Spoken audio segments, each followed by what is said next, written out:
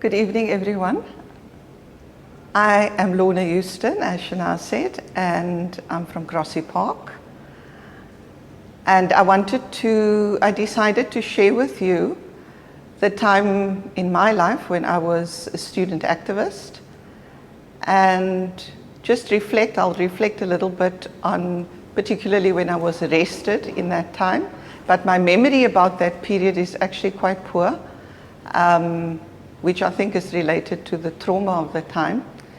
So as much as I try to think about actually telling you the story of the one time I was arrested, I couldn't. I had to say I'll speak in a more broader terms, because that is the way that I remember all of this. So when I was in what today is grade 6, it was standard 4. I was 11 years old, and I went to school at St. Augustine's Primary in Wynberg, and we lived in Grassy Park. And at that time, my sister went to high school, and she started at the school it's adjacent to the primary school, Immaculata High School. So both schools are still there in Wynberg. And she would come home from school every day and tell me something new about what was happening in the country. Every day she was learning something new, and she'd come home and report to me, did you know that mommy and daddy is exploited in the factory as workers? And did you know that the miners in our country don't live with their families? And I didn't even know they were miners. So she kept coming home as she was being conscientized at school by others, and sharing that with me. So in that year, there was a bus boycott that took place. And I found myself, I wasn't even aware or thinking of this, but as I look back, I found myself encouraging other people in primary school to be in the bus boycott. And so we boycotted the buses, which we had to take to travel from Grassy Park to Wynberg, which is about 10 to 15 kilometers away. And we walked to school and we walked home every day.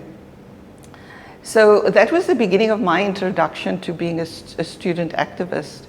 And so naturally, by the time I got to high school, I was ready to join the organization that my sister Charlene was already part of, the Congress of South African Students, COSAS. And for the period of my high school, from what today is grade 8 to grade 12, it was standard 6 to matric, COSAS operated around the country, but we didn't have any particularly strong national boycott until we got to the end of 1984 at the National Congress of COSAS, which took place, I think it was in the University of the Free State, or maybe it was in Natal. I can't recall quite accurately. And there we heard the stories of other students from around the country who was having much worse schooling experience than we had in the Cape, because at least in Cape Town we did have schools. They were in terrible conditions, they were prefab buildings, and often very overcrowded. But one of the things that shocked me at that time was listening to people who said, we do not have schools. We go to school, but there's no school that they're actually going to.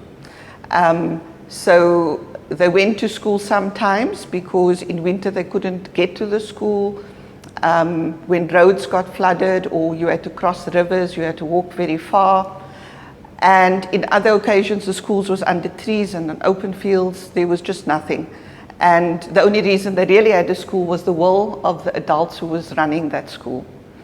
So that in particular was something that I think touched the compassionate part of myself, which is a very powerful motivating energy in my life, my spirit of compassion. And at that Congress, we decided that we have to be stronger, we have to advocate for boycotts, because we have to support the other learners and our friends in other parts of the country in their quest to get schools because they don't have schools. So we came back and we put in a lot of energy in our own schools, educating people, also sharing it. It had only been a few of us that went to this National Congress. So we also had to share with other people what we'd heard. Up and down the coast, we traveled with people like Nassif Jaffa and Cameron Dugmore and Desmond Abrams. They drove us up to Saldanha Bay and all over the place, where we told other high school learners, this is what's happening, and we need to support each other, and we need to have a school boycott. So by the latter part of the year, the school boycott started. The school I went to was not very inclined to boycott, so some people did and others didn't. And then we decided in October that as there was a general groundswell in the school boycotts in the Western Cape, that we're going to put more focus on getting schools full support. And so on a particular day in October, which I think was the 15th of October, 1985, I called our whole school into an assembly and had, well, actually before that, I was a prefect. So one of the things that we had decided was we're not going to be prefects. This was around the country. We said, no, we don't want to be prefects. Prefects are the friends of the principal. We're going to be SRC members, and we're forming SRCs. So I led our prefects in handing in our badges, and about 1 or 2 people stayed. But so that already had brought together a strong group of people who was then saying, we're going to boycott, and we are boycotting. And so the next week we had this assembly, which was outside the school, because our school always had the assembly, well, sometimes it had the assembly outside. So I was addressing the school and some other schools, the South Peninsula High, SP, and some people from Wynberg High, and some people from Witterboma had also come to our school to encourage the learners to be part of the struggle for freedom. So I was addressing the school, and the next thing we knew, there was police. The police came onto the school property with the inspector for the district, the education department's inspector, and they arrested me. They just sort of almost picked me up and frog marched me into a police van. And then they also arrested Raul Swart from South Peninsula, who was one of the leaders there, and obviously present, and they put Raul in a van. And then Raul's sister got very upset, Camilla, and she was younger than us. And so they took Camilla and threw her in the van too, and off they trotted us to Wynberg police station. And we stayed in Wynberg police station cells for 2 days, which was the practice at the time. So while we were there that day, just increasing numbers of school children were being brought in, had been arrested. Apparently, after our arrest, all the schools in Wynberg were boycotting and toyed up and down the streets, and I don't know what happened because I wasn't there. But so in this process, the police arrested a lot of learners, and they kept bringing people in, and some of the kids were very scared, and others, like myself, were scared but didn't really reflect their fear.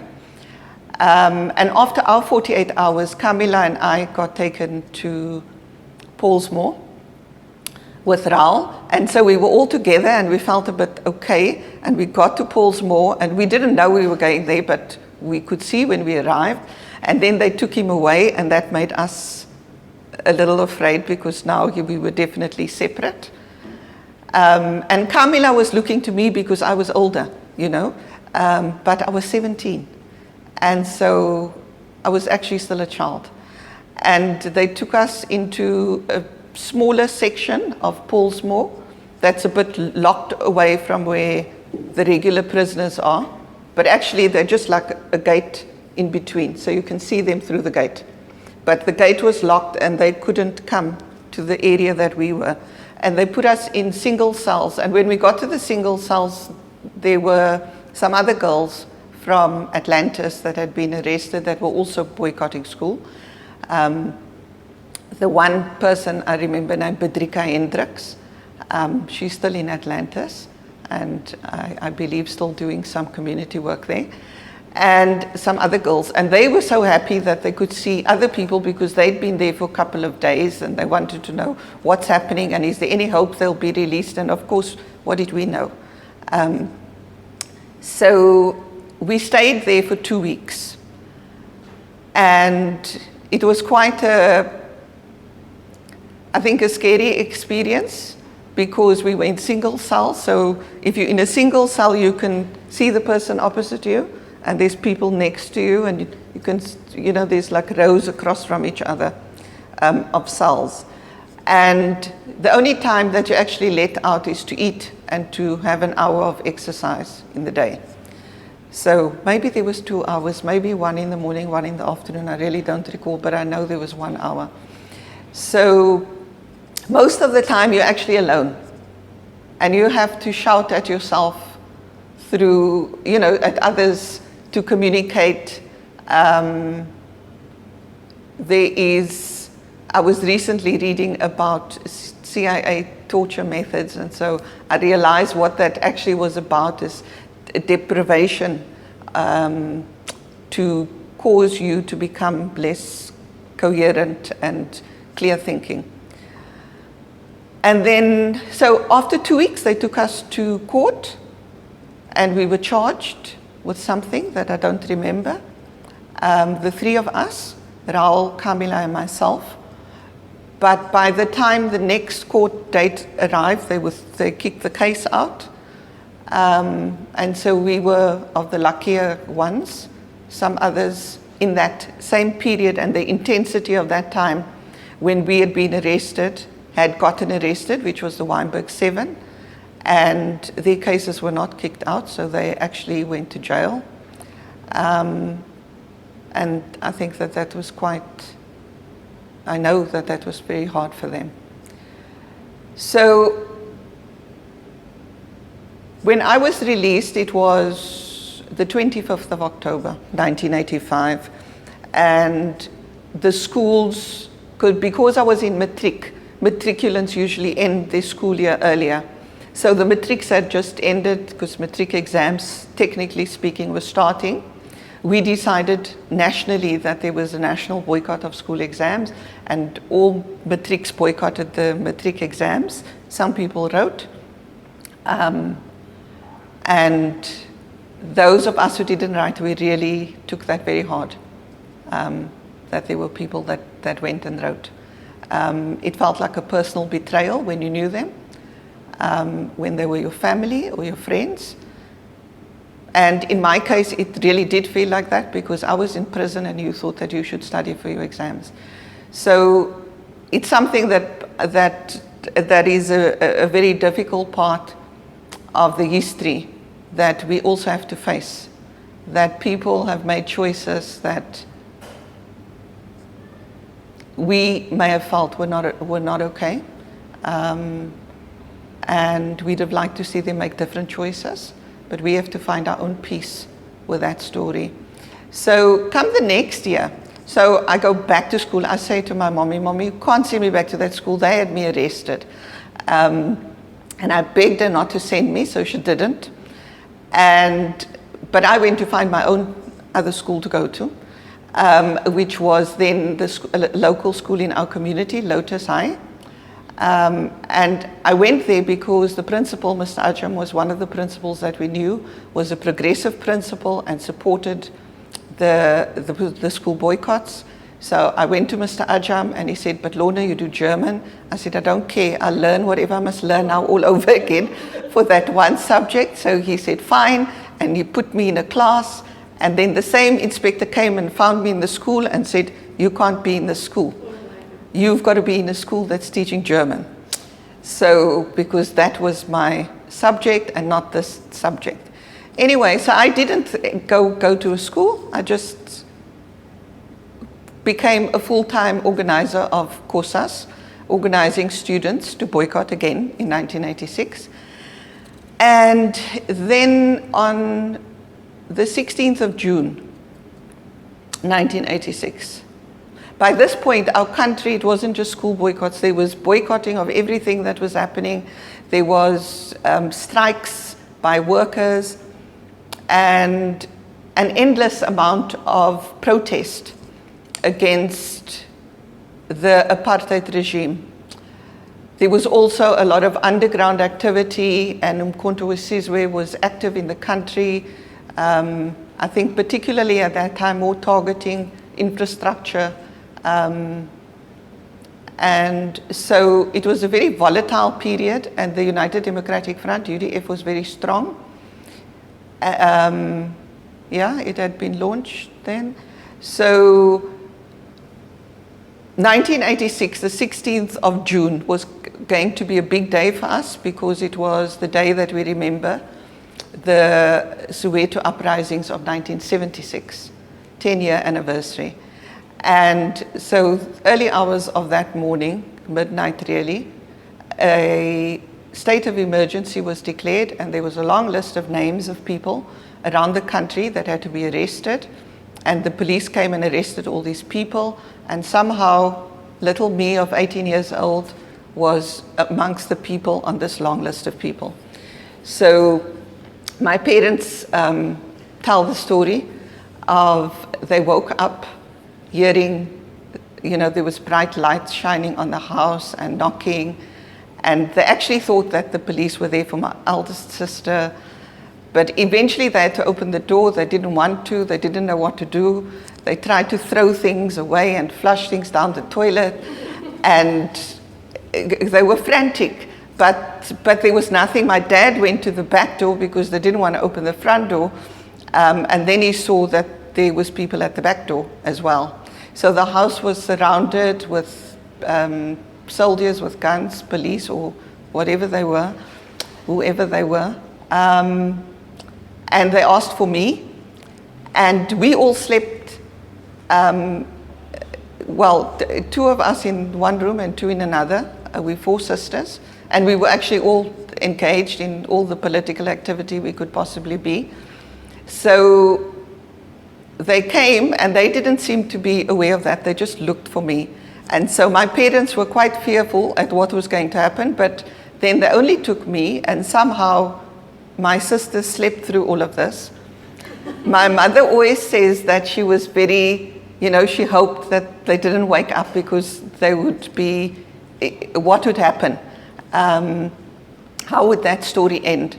And then they took all my books and paper that they could find, which included school books, and that's clearly school books, like school textbooks, and everything that they could, that they thought was mine, they took with.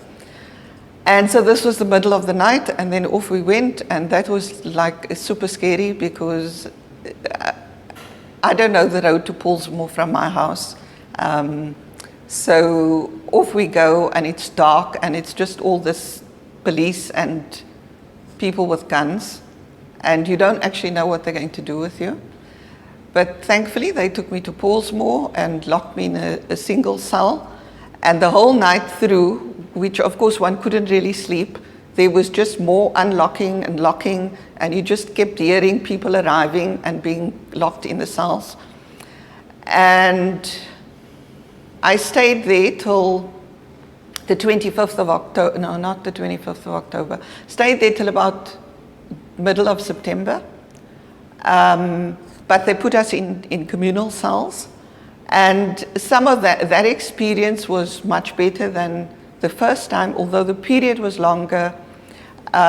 We found ourselves with stalwarts like Liz Abrams, who spoke to us and educated us, and we were young, a lot of the people that were there.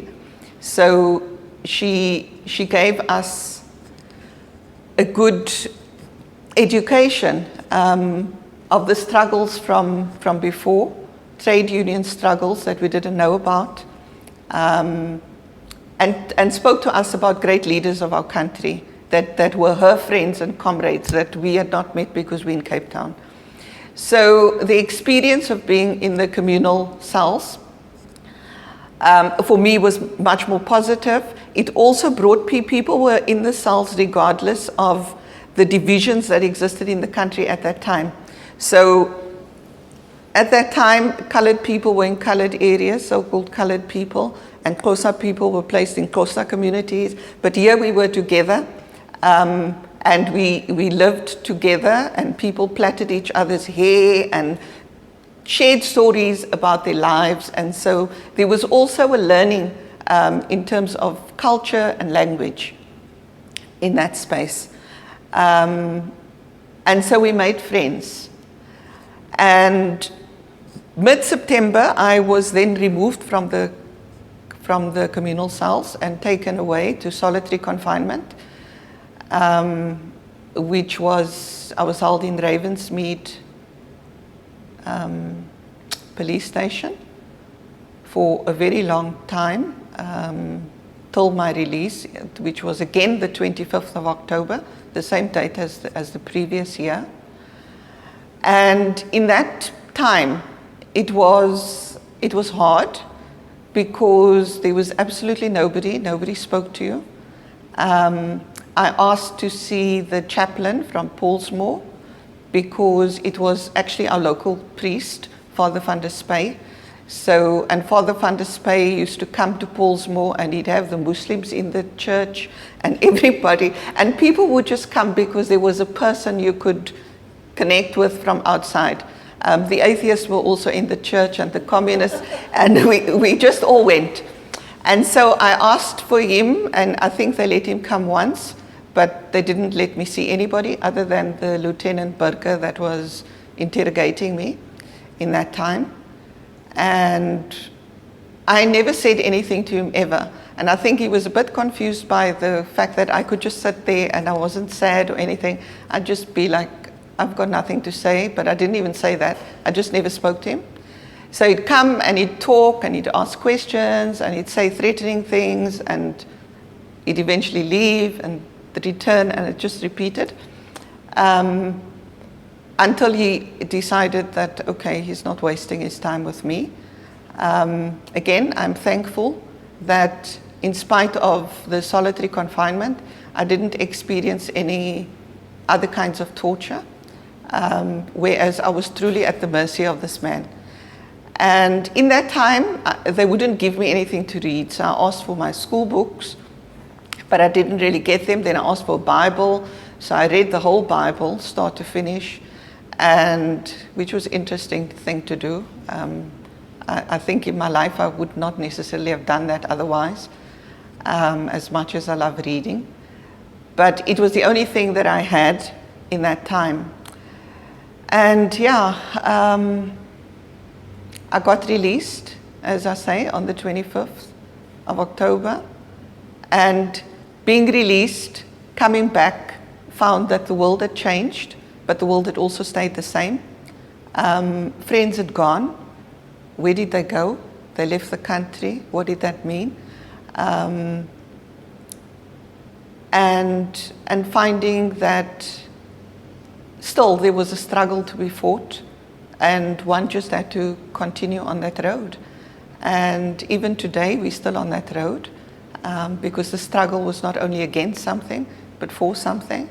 And so today we struggle toward true freedom, where we can choose, where we have the capacity to choose the path that we'd like to walk in our lives, and where we have what we need, the basics, to be safe and healthy and happy. Thank you for listening.